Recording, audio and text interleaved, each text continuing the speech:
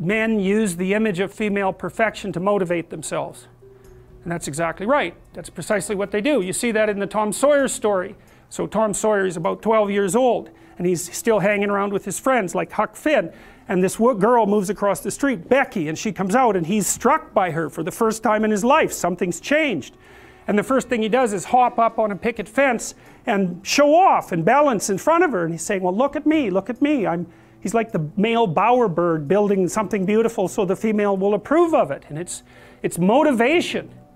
You know, and that's something that I think modern women don't really understand about men. They don't understand that, at least to the degree that males are uncorrupted and not bitter because of being rejected, they're doing everything they can to kneel before the eternal image of the feminine and try to make themselves worthy. That's the chivalry story, right? That's what you should encourage in your partner. So out of chaos emerges this first form. It's the feminine form. It's partly the form that represents novelty as such. So, and on one hand it's promise, on the other hand it's threat. That you wouldn't believe, and I don't know, because I don't understand the situation with women as well as I understand the situation with men, obviously, being a man. I don't know if women have any idea how paralyzing they are to, especially young men. A very large number of my clinical clients, but also young men I've talked to in general, are absolutely terrified of women because they're terrified of being rejected.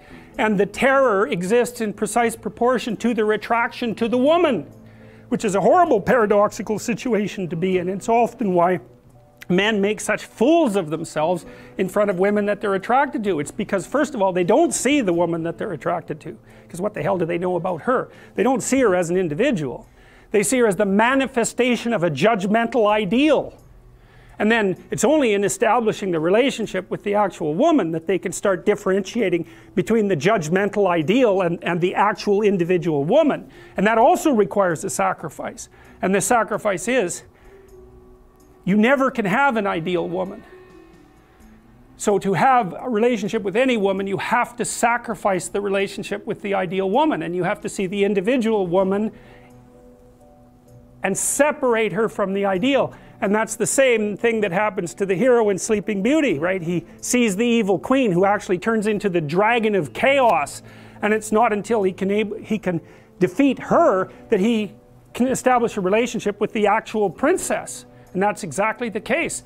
I had one of my clients who ran this men's group, which was quite interesting. One of the things they had the initiates do, which was very intelligent, was to go out and ask 50 women in one day for their phone numbers. Why? Politely, properly, you know. It was a game, but it wasn't a stupid game. And the idea was, get over your fear of rejection.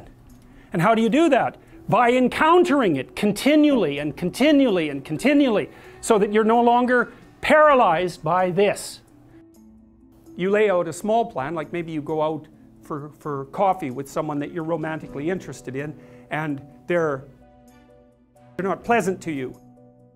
And so that's an error. It means, well, what does it mean? Well, you've construed yourself wrong, you've construed them wrong, you've construed the opposite sex wrong, you've construed human beings wrong, you're a walking catastrophe, and you might as well not even exist.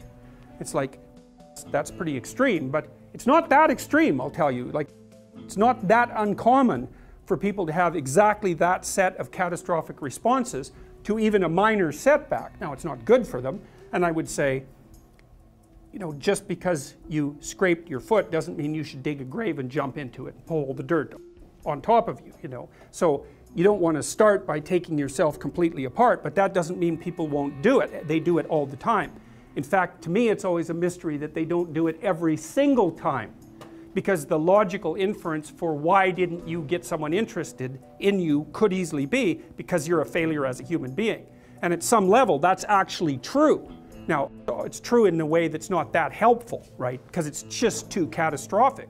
But it isn't obvious at all how people can defend themselves against that cascade of catastrophizing. I mean, after all, if you were everything you could be, then maybe everyone would be attracted to you. I mean, perhaps not, but you get the point. And no easy rationalization is going to let you just brush that away, especially if you actually happen to be interested in the person, because that's even worse, because then not only are you rejected, but you're rejected by someone who's upon whom you've projected an ideal, or perhaps from whom you've actually observed an ideal. So it's worse, you're rejected by someone that you want to be attracted to you, to validate your own miserable existence. It's not a trivial problem. Females are very sexually selective, female humans, as opposed to, say, to female chimps, which aren't. So part of what's occurred to select human beings for the way they are is the choices that each gender has made with regards to action and belief, but in many ways more specifically female choices. So it's kind of interesting. The next time you're irritated at your boyfriend, let's say, then you can just remember that, you know, untold millions of women have chosen men so that they're exactly like he is, and so, you know, you can't really blame him for that. So, all right, so, but here's the thing that's tricky from a scientific perspective, eh? If it is your behavior and your value structures, if your value structures determine what you're interested in, how you behave, and selection pressure occurs as a consequence of your actions, then doesn't it mean that the structure of the value systems that drive your behavior have to be regarded as true or real in some scientific sense? Because the Darwinists basically say, look, the best solution is the solution that you embody. There is no higher solution than that.